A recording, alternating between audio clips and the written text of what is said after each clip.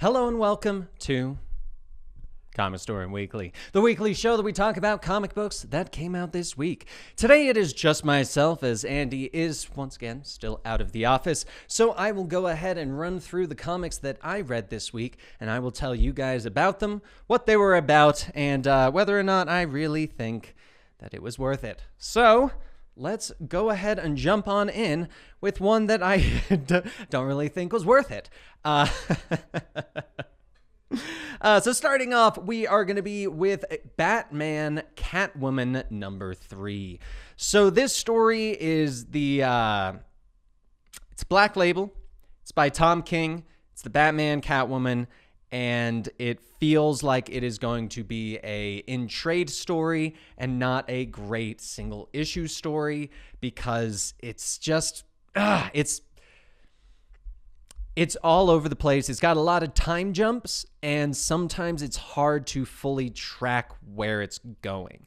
I think it's got potential once it finally reaches its climax, once it's all out and you can buy the trade. But right now, it definitely, I feel like it's being held back with the fact that it is being written as if it's a trade. So Batman Catwoman number 3. If you have been enjoying it, pick it up. If you're iffy, I would say wait for the trade to come out. Next up, in the DC category, we start off our Future State with Future State Nightwing number 2. This is the one that concluded last time with Nightwing meeting up with the new Batman in the Bruce Manor. Wow. The Wayne Manor. And this was the conclusion of it. This was how Nightwing's true plan was towards the Magistrate in this whole adventure. It was about how he reacts to this new Batman, how this new Batman reacts to this Nightwing. I actually kind of enjoyed it. I thought this was one of the better of the Future States. It wasn't amazing, but if you have been enjoying it, I think you will continue to enjoy it. So that is Future State Nightwing number 2. Next up, we have Future State Catwoman number 2. So Future State Catwoman number 2 was this was the one where Catwoman had broken onto the train because she was looking for someone. She was with Onomatopoeia, I believe the person's name is. And this was where we had some confusion about the Bruce Wayne and the timeline and all of that stuff, because Bruce Wayne is in this comic. And spoiler, but honestly, you probably already knew that if you've been reading this. If you haven't, it's not really the biggest of spoilers because this entire issue was a lot of fighting and a lot of stuff like that. This does mention that this happens, I believe, after Future State Dark Detective, because he does mention, I'm looking at the panel right now, I was shot, almost drowned, and lived through a butcher stitching me up. And it says, see Future State Dark Detectives. So clearly this happens after that. But yeah, I mean, if you liked it, I enjoyed this one. It was a nice, fun story. It was nothing insane. Nothing like, oh my gosh, you really need to read this. Don't know why I made that voice when I said it, but that's just for some reason what I was thinking. But yeah, Future State Catwoman number 2. If you did like it, continue it. If you didn't like it, I don't think this one will sell you on it. And if you're not a fan of Catwoman, you're not going to be a fan of this. That's simply it. Next up, we have Future State Immortal Wonder Woman number 2.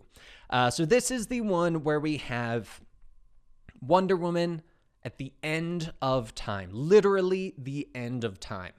Everything is getting swallowed up. Like, it is the end of time.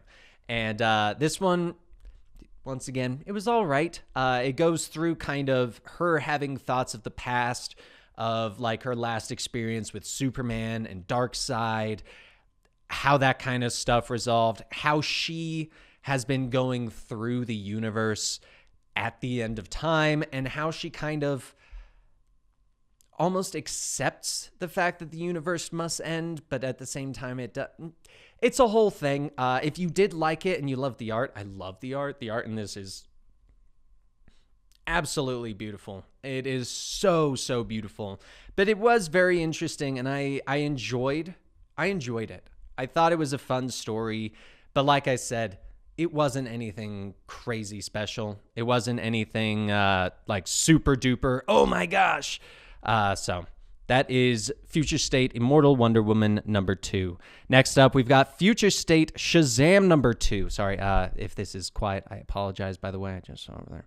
I'm trying to speak closer to the microphone as I whisper for some reason. So Future State Shazam number 2. This one kind of goes into more of Shazam, what's happening to him, why he had been killing people. We learned that in the last issue. It's not a spoiler. I thought it was fun. Yeah. I mean, there's not too much else to say. It just kind of goes into what truly happened to Shazam and Billy. Why is Shazam acting the way that he is? And how does everyone else react to that? Because of the fact that they're like, hey, you're doing stuff that we're not entirely okay with, but at the same time, you're really strong and we can't really do much about it. So it was fun. You get to see kind of a fun Shazam versus the Spectre. It was fun. It was interesting. But like the rest of Future State, it wasn't really anything crazy special. So that is Future State Shazam number 2. Next up, we've got Future State Superman Worlds of War number 2. So this was the Superman story of him on War Worlds. And it was just a story. It was just a Superman arc. There was nothing like crazy interesting about it. It had some fun Superman moments to it, but there was nothing about it that made me go, this is Future State. No, it just made me go, this is just a Superman story. He's on War World. He's on War World. This is how he's handling all these fights instead of actually fighting people. So it had that. We also had the backup of the Midnighter. That one was interesting. It does a classic a time travel paradox kind of thing that was really interesting, I thought, actually. But the art's iffy. If you're not a fan of the Midnighter, if you don't care who he is, it's not going to sell. It's not going to sell you for it. It's I mean, I wasn't entirely hyped for it, to be perfectly honest with you guys. I'm not the biggest Midnighter fan. Oh yeah, it had a Mr. Miracle story arc. I have not been enjoying that, so I kind of skipped over it. Sorry if you like Mr. Miracle and you wanted my opinion on that bit, but the Mr. Miracle arc, it lost me. It lost me early on, so I could not get back into it, unfortunately. The Midnighter arc, it was fun. Nothing crazy, but it was kind of fun. And then it did have another backup story for the Black Racer, which I don't really know how I feel about it, because Black Racer, if you weren't aware, is essentially the god of death. Essentially it's the Black Flash. It runs after people and it kills them. In Darkseid War, it killed Darkseid. I believe Barry became the Black Racer. But in this one, it started off with this girl who is actually a racer, and this turns her into a Power Ranger? I honestly don't know what's going on. They decided to give her like this crazy suit that does crazy things. It was so weird and kind of not what I would expect from the Black Racer that it's really hard for me to actually describe it to you, to give you a true idea of what it was about, because yeah, I don't know. I mean, it was interesting. She got captured. She turned into a Power Ranger and did Power Ranger things. I mean, there's not really much else to be said about that. So that is Future State Superman Worlds of War. Next up, we have Future State, The Next Batman, number 4. This is the continuation of... Sorry, I'm opening it up because, I mean, as you guys know, I read a lot, so I gotta see the images to refresh my mind. So The Next Batman was continuing after he had saved the 2 parents who had killed a guy because he killed their daughter, and then the dude kind of turned on him.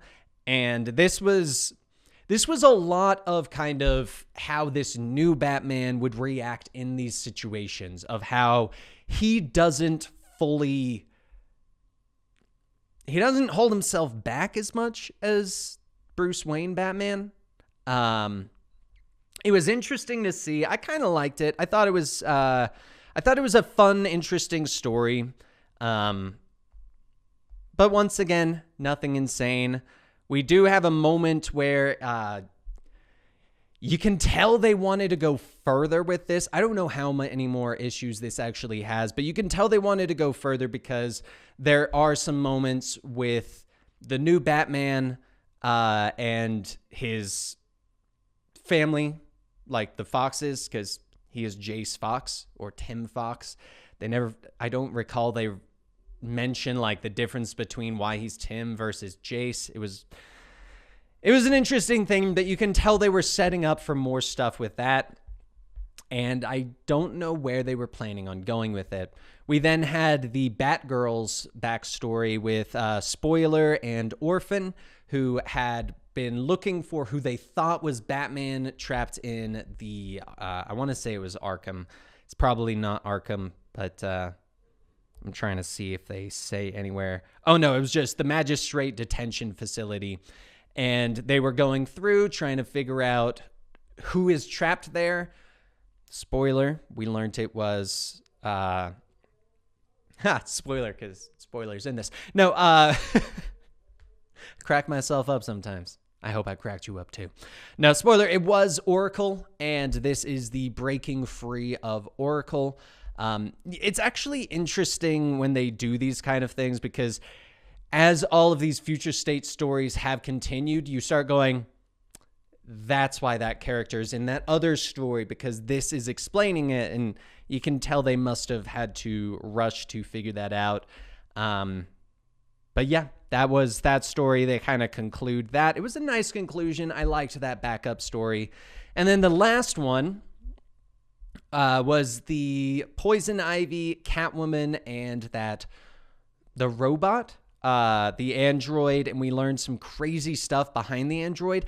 I don't know if that android is going to be used or not, because recently there was a solicit that showed we're going to be getting a new character called, I believe, Miracle Molly, which is not the name of the robot in this, but they had very, very similar... they had very similar appearances, so I'm wondering if this Miracle Molly that's going to show up in the actual comics is going to be kind of like the very first prototype, maybe, that led to this android, but that's a story for another day. You do get to see Peacekeeper 1 in this. I didn't recognize him, so I was kind of bummed. I was kind of bummed a little bit about that. But yeah, this was just a classic. The two of them trying to give this android a fun last day, and cliche stuff happens. I don't want to spoil too much about it because, I mean, it's just a fun read. It's just a fun read. So, let me see. I think that's actually it for the DC comics that came out this week. I'm just going to scroll through real quick, make sure there's not one that I missed, because you guys know me. I like to make sure I cover everything. Nope, looks like that was it for DC. So, let's move on over to Marvel. First issue this week was Black Widow number 5. So this is the Kelly Thompson story for Black Widow, the one where they had, basically they had given her amnesia, they had wiped her mind, they had given her this new family, and last time they had to kill the family. They killed the family, but But Black Widow, it was all real to her. And this is showing how, regardless of how it ended and all of that stuff, this is going to have permanent ramifications on Black Widow's psyche. It's going to be really interesting to see what kind of ramifications, because we know that Black Widow is a very important character, is being used a lot more.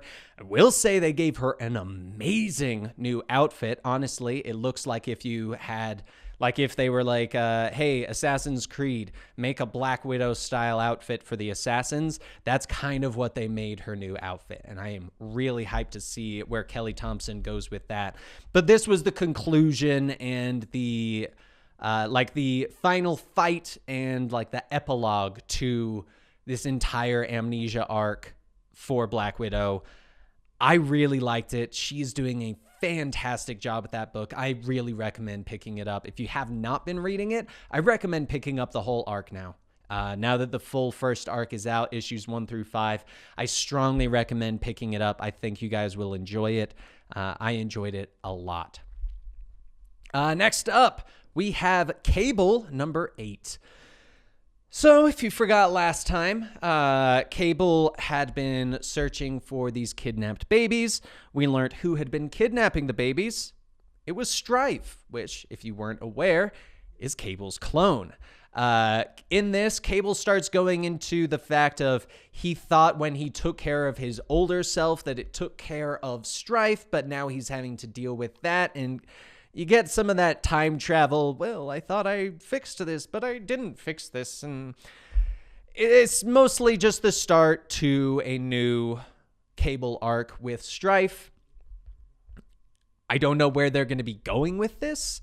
They didn't use Domino as much as I wanted them to. I did like the fact of how they used her luck-based powers in some very weird directions, but I still thought it was actually really good how they did that. But as a whole, meh.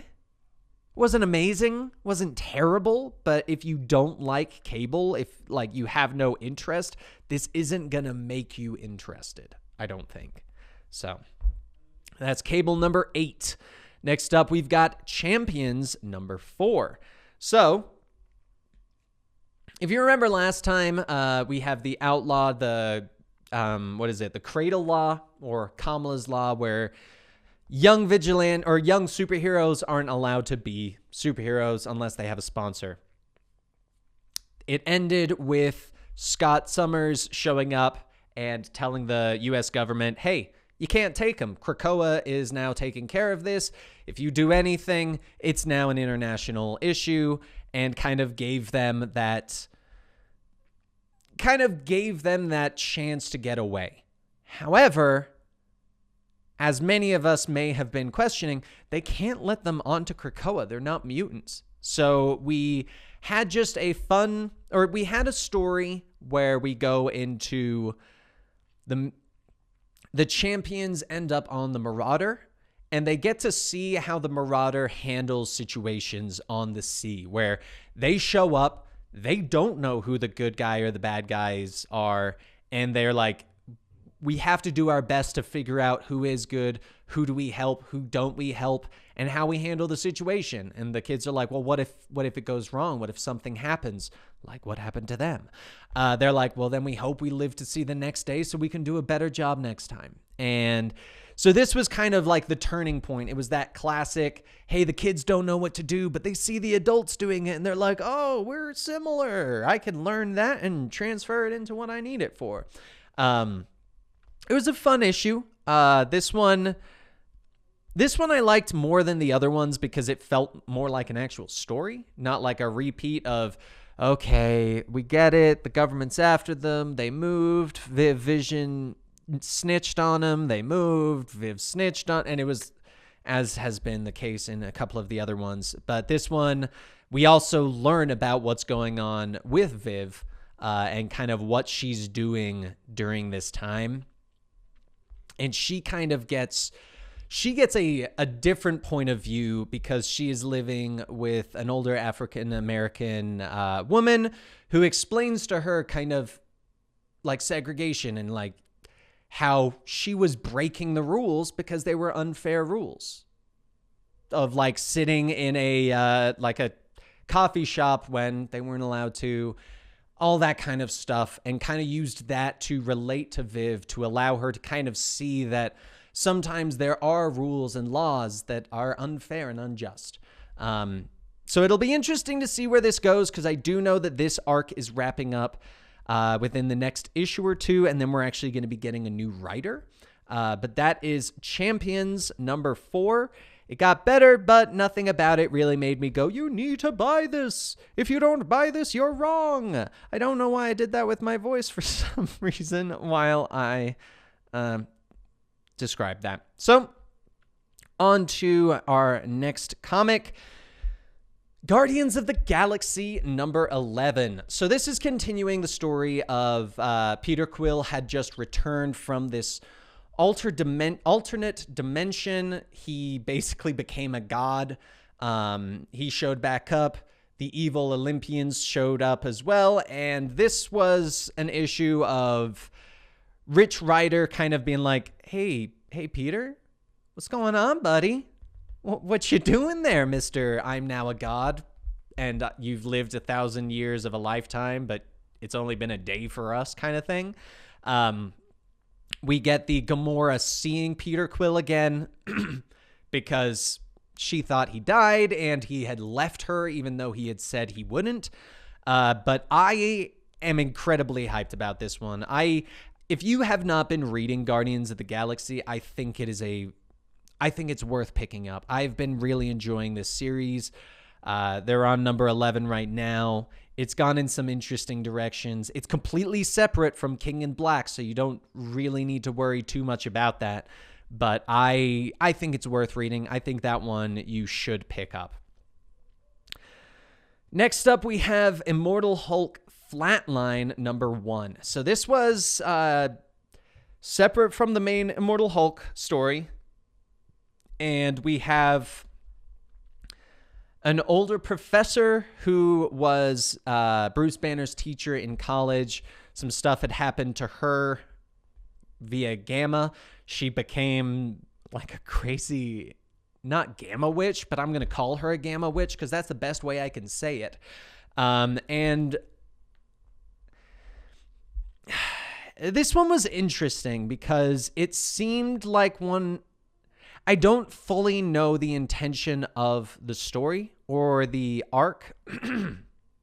It seemed like it had some suicide prevention stuff, but I think that's kind of in a lot of Hulk stories, because at the end they do have if you're worried or worried about someone, this is the suicide hotline, because they go into the classic Bruce Banner tries to kill himself, but he turns into the Hulk, so he doesn't die, as we've seen many, many times. But this was just like an interesting story of seeing him deal with Granny Gamma Witch. Sorry, that's a really funny way to say it, but yes, Granny Gamma Witch. So if you want to see just like some interesting fights between them, or you like the Hulk and you want to see a bit more about it, that is not like fully related to the leader and stuff, I think you'll like this. Otherwise, maybe steer clear. Next up, we have Iron Fist, Heart of the Dragon number 2.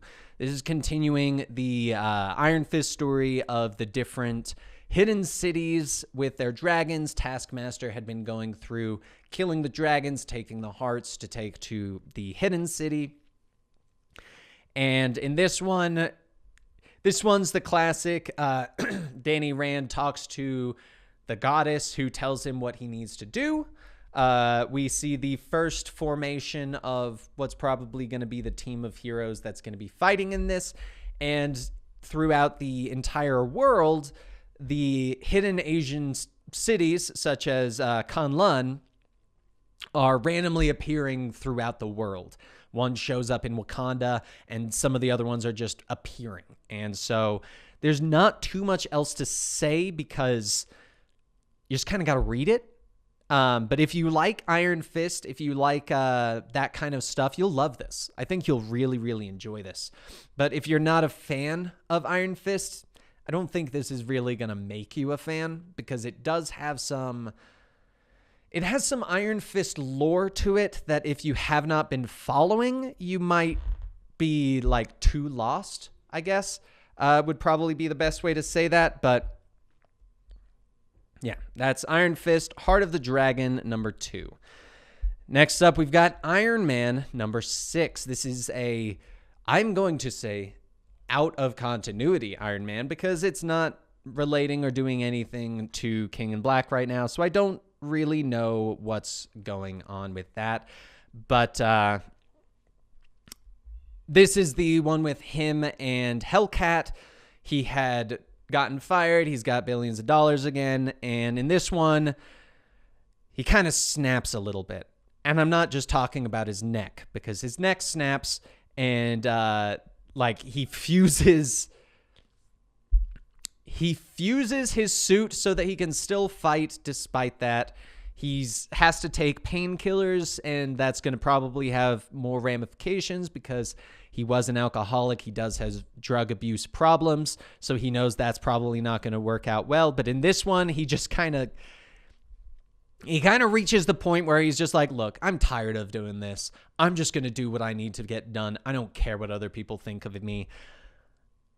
It looks like it could be going in an interesting direction, but at the same time, like we've been saying for all the other issues, there's not really much that's brand new about this. There's nothing really that's made me go, oh my gosh, this is so original.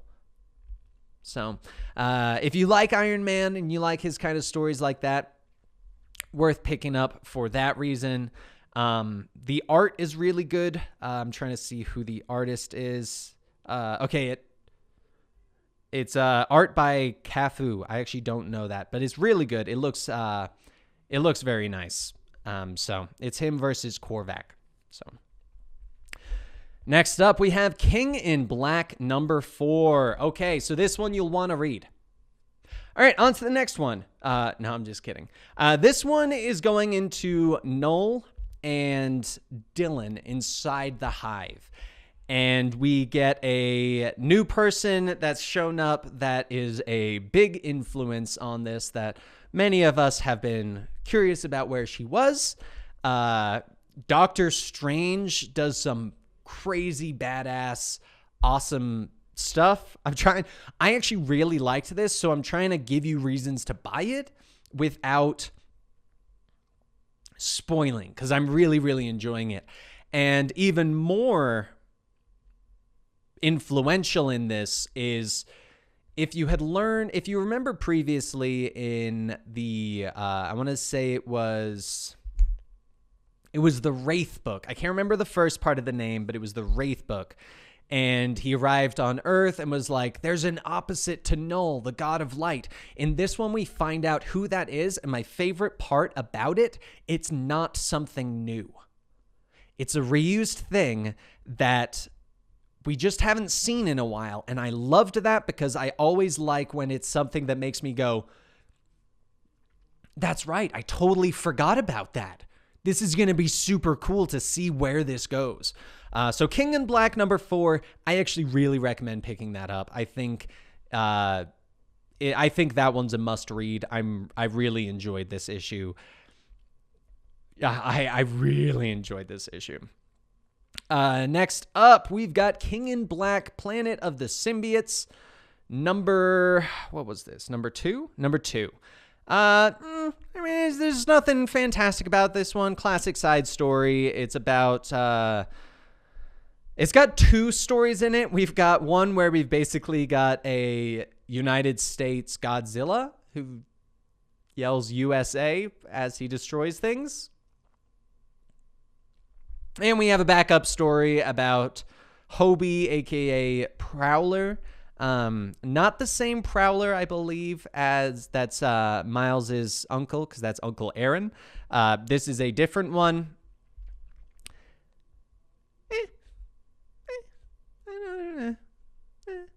I can't really say anything. It was all right. There's nothing special about it.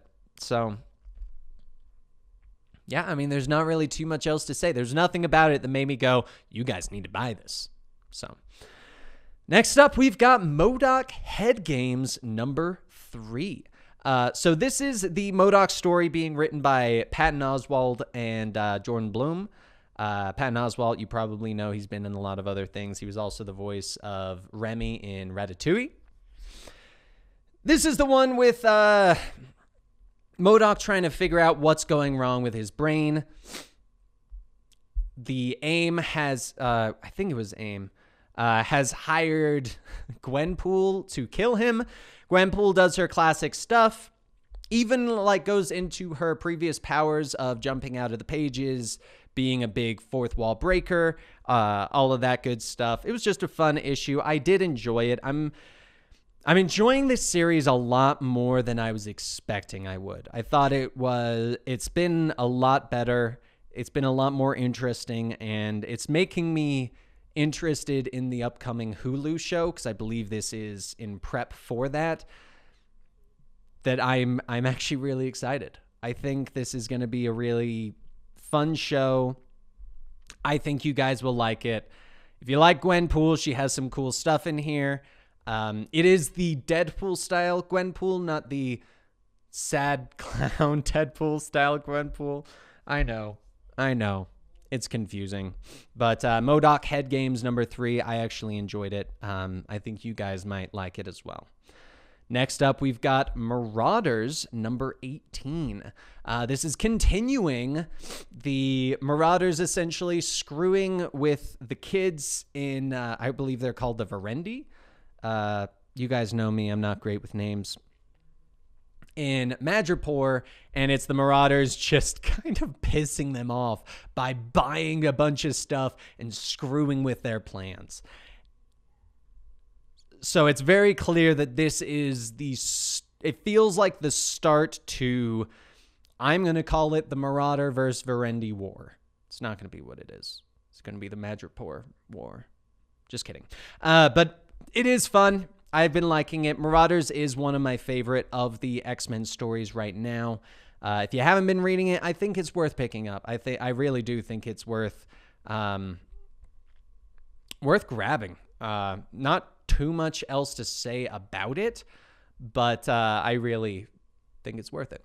So, next up, we have Miles Morales Spider-Man number 23. So this is his King in Black tie-in. We get Spider-Man. So, okay, I want to set it down real quick to mention. If you guys remember the Cult of Carnage story, we had Miles Morales. He got controlled by a Carnage symbiote, and we learned that his venom blasts are powerful enough to separate the symbiote from its host.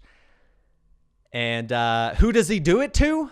Well, if you remember every single other story arc with the symbiotes that's not the main story, it's always symbiote dragons. Guess what Miles does?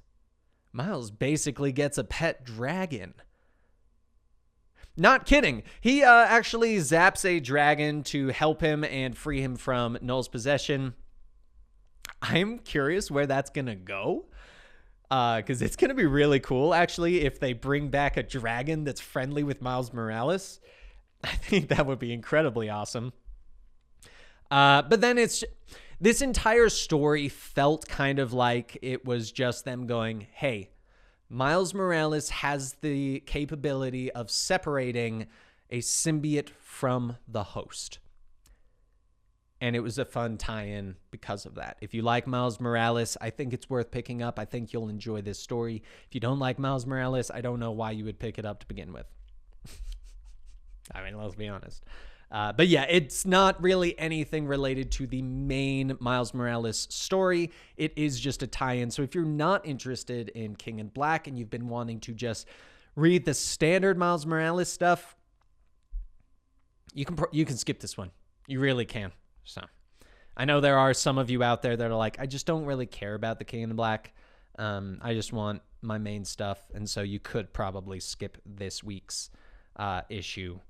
Next up, we have Savage Avengers number 18. This is the continuation. We're still King in Black. And this starts with the Conan, who has the symbiote sword that he's going to be using to fight against Kulan Gath. They started off by giving a full backstory to this symbiote, which I have a feeling was essentially their way of going, okay, look, we know it's a symbiote, but we wanted to give it to Conan, but it's not related to the Null stuff, so you don't really have to worry too much about that, but know that it is a symbiote-style thing. It's a fun little story. I haven't been crazy impressed. It's fun seeing Conan do Conan-style things. Yeah. And there is a funny moment, though. If you weren't aware, Deadpool is about to come up on his 30th anniversary, and he doesn't have a main story comic right now. And he even says in this, man, this is not how I expected to spend my 30th anniversary. So that was a fun little fourth wall break, but that's my opinion. Next up, Spider-Woman number 9. So if you remember last time, Jessica had escaped thanks to Octavius, and got attacked by a bunch of clones of her mother. We learned that they were clones, but they were created by, I believe, the High Evolutionary. And we get some stuff behind Octavius and her daughter, or Octavia. Is it Octavia? Octavius. Well, now I've confused myself. Miriam Octavius, or Octavia. I'm going to stop saying because I'm probably going to get it wrong. But you know who I'm talking about. But yeah, it's just a continuation of this arc. I've not been impressed. I really haven't. I've not been very impressed by this story. Nothing about it has made... It started off strong. I liked where it started, but it's kind of reached the point where I'm like, what are we doing here? What's the plan? What are you trying to do? Because I can't tell. And they also kind of seem to just brush off the whole King in Black stuff. So that was interesting. Yeah, not too much else to really be said about that. So on to the next one. Thor number 12. This one, read Thor number 12. It's a continuation of Donald Blake taking over. Donald Blake versus Throg, the Thor frog. Plus him versus Jane Foster. And we also... we kind of see his true plans, and it's going to be interesting to see where he goes with this. I'm trying to be so vague because I don't want to spoil too much about it, because I'm really enjoying this. I think it's been interesting. I've been curious, and I am excited to see where it goes, especially with the way that it ends. I'm really curious to see how this one resolves, because the Donald Blake going crazy, he's been killing different people that have essentially been Thor, taking their powers. It's worth reading. I think if you like Thor, if you like Donny Cates, if you like just crazy stuff, Thor number 12, it's worth it. And, oh, is that the last one of this week? I think it might be. It is. Unless I accidentally skipped one, that's the last one for this week. So thank you guys so much for listening and watching today. We do stream this live every Thursday at twitch.tv/Comicstorian at roughly 2 p.m. Eastern. We also put this live on Patreon, patreon.com/Comicstorian, $2 access to this and many more. You can support us on either of those spots. And if you want to find more of me personally, you can check out my personal Twitch, twitch.tv/Syloo91. That's CYLOO91. I play a lot of Apex. You can ask me questions about different comics. I'll try and answer as best I can. But those are the ways that you can find us. Here at the twitch.tv/Comicstorian, though, we do also stream the Comics Experiment, Superhero D&D, and Absolute Comics on Tuesdays. So thank you guys so much for listening and watching. And if you also want to support us even more, G Fuel, use code COMICS at checkout, save 10% off your order. Thank you guys so much, and I'll see you next week.